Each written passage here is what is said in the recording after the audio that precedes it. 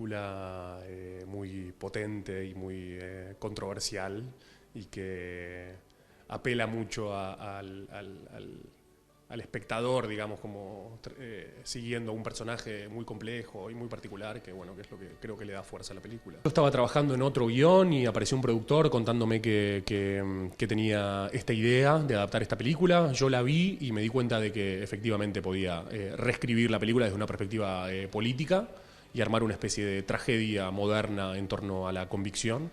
Y sobre la justicia también y demás. Y un poco era como el reverso de una... me di cuenta de que podía ser como una película que respondiese o complementase una película anterior que había hecho yo antes, que se llama El Estudiante, que era sobre un personaje justamente sin convicción y que se iniciaba en un mundo político por pura pragmática, digamos, ¿no? Y como que trabajaba la política un poco como profesión.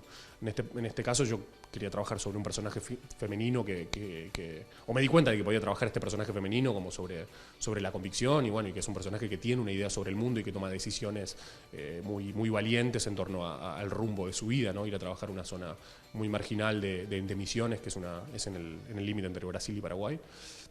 Y bueno, y recibe un ataque muy violento que la obliga a replantearse sus convicciones, pero bueno, ella sigue adelante y con su decisión inicial y va, no sé, como movilizando un montón de cosas que eran, bueno, que a mí me resultaban muy interesantes para pensar. Digamos, la directora de casting es mi hermana, que se llama Mariana Mitre, y hizo una búsqueda de actores durante un año por toda esa zona, no solo en Misiones, sino también en Paraguay y en Brasil, y fuimos eligiendo distintos actores para interpretar las escenas. Diría que la mayoría de ellos, o ninguno de ellos, había trabajado profesionalmente como actor antes, pero en la película trabajaron de un modo profesional como cualquier actor, digamos, trabajando sobre un texto y repitiéndolo las veces que fuera necesario y con las marcaciones que nosotros le pedíamos. Así que mi modo de trabajar fue exactamente el mismo. Es cierto que Dolores Fonsi, Oscar Martínez, Esteban Lamote, Verónica Ginás tienen un recorrido como actores reconocidos muy grande. Esos actores no, era la primera vez que se paraban frente a una cámara. Entonces, nada, es diferente, pero después yo trabajo con la actuación como sin diferenciar la experiencia previa. Trato de no manipular al espectador, que el espectador sea inteligente como para sacar sus propias conclusiones, ¿no? Es una película de debate casi, ¿no? Donde el debate está incluido dentro de la propia película y donde todas las voces de los personajes que están alrededor de Paulina eran importantes y digo, la voz del padre, la voz de su amiga bueno, y de todos los personajes que están en la película eran importantes. Entonces, nada, eso me parece que es...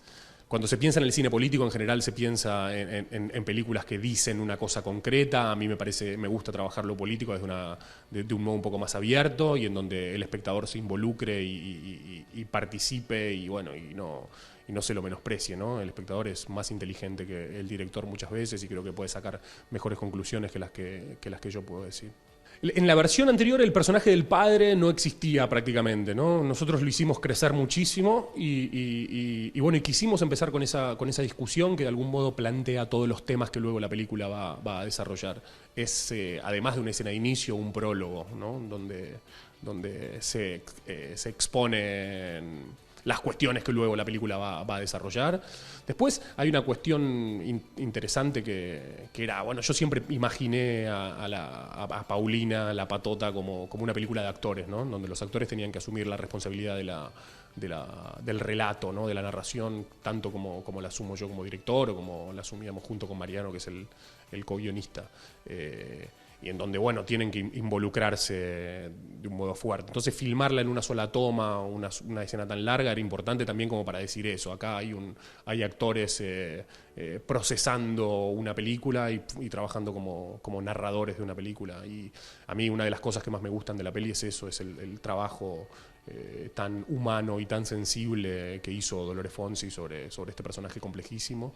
Me parece que narra muchísimo sin decir nada, digamos, que consigue transmitir una interioridad,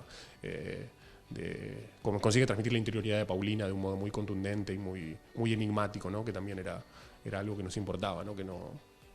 ese enigma que es Paulina, ¿no? Que se mantuviese siempre en el frente. Y para un actor es difícil, como trabajar así, como no explicar a un personaje, sino acompañarlo, ¿no? Dejar que se mantenga así enigmático e interpelador.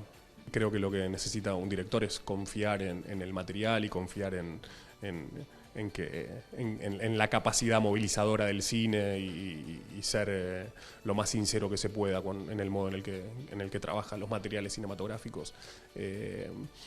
Hoy en día el cine ¿cómo llamarlo? El cine de autor, que es una palabra un poco pretenciosa, pero bueno, define, o el cine independiente, el cine diferente, el cine, qué sé yo, más arriesgado, tiene cada vez más dificultades para distribuirse internacionalmente. Entonces los festivales y todos los premios que existen que puedan darle visibilidad a las películas son importantísimos, más importantísimos que nunca. Así que nada, sin los festivales hay muchas películas que les costaría muchísimo tener distribución, así que es muy importante que sigan funcionando como plataforma, ¿no? de lanzamiento de las películas, ¿no? A mí tuve la suerte de que la película esta estuviera en Cannes primero y luego en San Sebastián, y que obtuviera premios en los dos festivales, y creo que eso es definitorio para el futuro y el éxito en términos de distribución, ¿no? de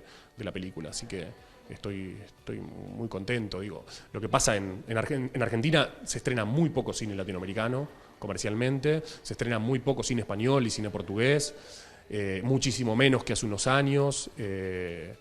Eso la verdad es que me da mucha tristeza y bueno, no sé cómo funciona en Europa, pero creo que también ya los distribuidores especializados en cine de autor y las salas que exhiben cine de autor son cada vez menos, y creo que todos los que pertenecemos al ámbito cinematográfico tenemos que comprometernos y buscar formas de que no se acote tanto la oferta cinematográfica, y los estados tienen que asumir esa responsabilidad también y apoyar el cine, no solo el cine propio, ¿no? Porque nosotros los argentinos o los cineastas argentinos le reclamamos al Estado que apoye y exhiba cine argentino, pero me parece que es importante que también se exhiba cine español y cine europeo, cine latinoamericano, y que no todo sea, bueno, o el cine comercial más grande producido por los países más ricos y el cine propio del país, ¿no? Sino que es importante que las voces de otras cinematografías estén en la cartelera.